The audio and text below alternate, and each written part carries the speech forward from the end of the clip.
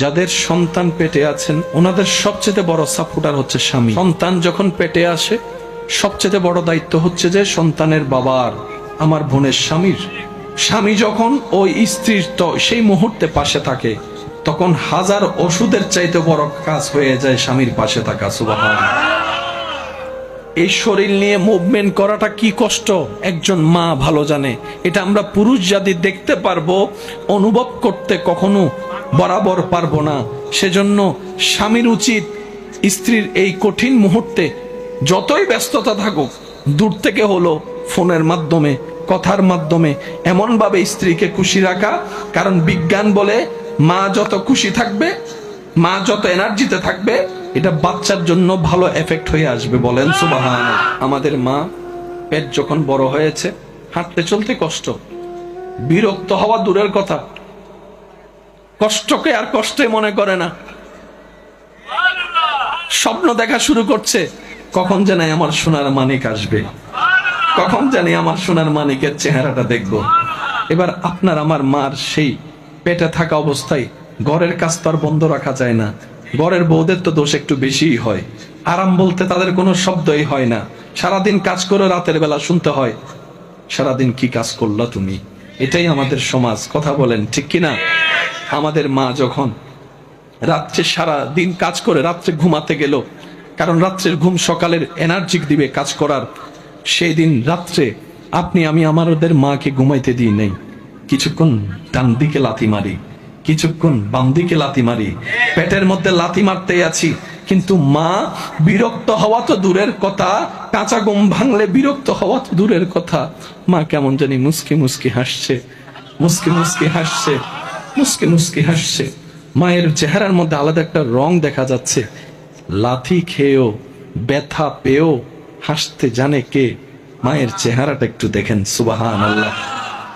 একদিন দুই দিন হলে মেনে নেওয়া যায়, এক সপ্তাহ হলে জোর করেও মানিয়ে নেওয়া যায়। এটা তো একদিন দুই দিনের সফর নয়, 9-10 মাসের সফর। এখানে আবার সংসারও সামলানো লাগছে, বাচ্চা থাকলে বাচ্চাও সামলানো লাগছে, আবার এই বাচ্চার দিকেও খেয়াল রাখা রাখছে। কিন্তু বুঝাতে চাচ্ছি, ঘুম নষ্ট করেছি মায়ের, মা বিরক্ত হয় নাই। মাকে আঘাত দিয়েছি, মা বিরক্ত হয় নাই। বমি বমি ভাব আমার কারণে হয়েছে, মা বিরক্ত হয় নাই। শুধু তাই নয়, মা হাঁটতে পারে না, বিরক্ত হয় নাই। ওয়াশরুমে যেতে পারে না, বিরক্ত হয় নাই। গোসল ঠিক মতো করতে পারে না, বিরক্ত হয় নাই। শোয়া ঠিক মতো করতে পারে না, বিরক্ত হয় নাই।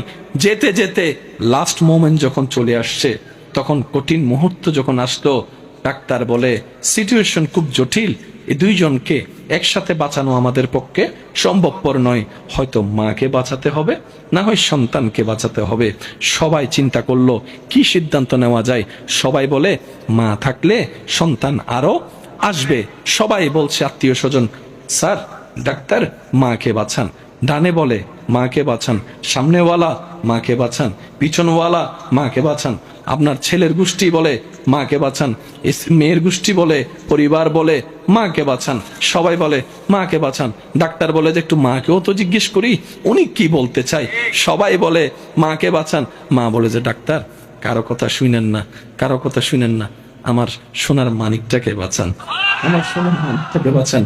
আমি দেখেছি পৃথিবীর রংটা কেমন, আমার এই আগন্তুক সন্তান এখনো দেখে নাই। সূর্য কাকে বলে, চন্দ্র কিরকম হয় সে দেখে নাই, আমার সন্তানকে বাঁচান।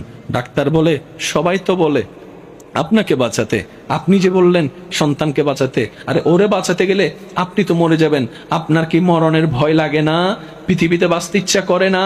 মা বলে সন্তানকে মেরে ওই জীবন আমার দরকার নাই, ওই বাঁচার দরকার নাই।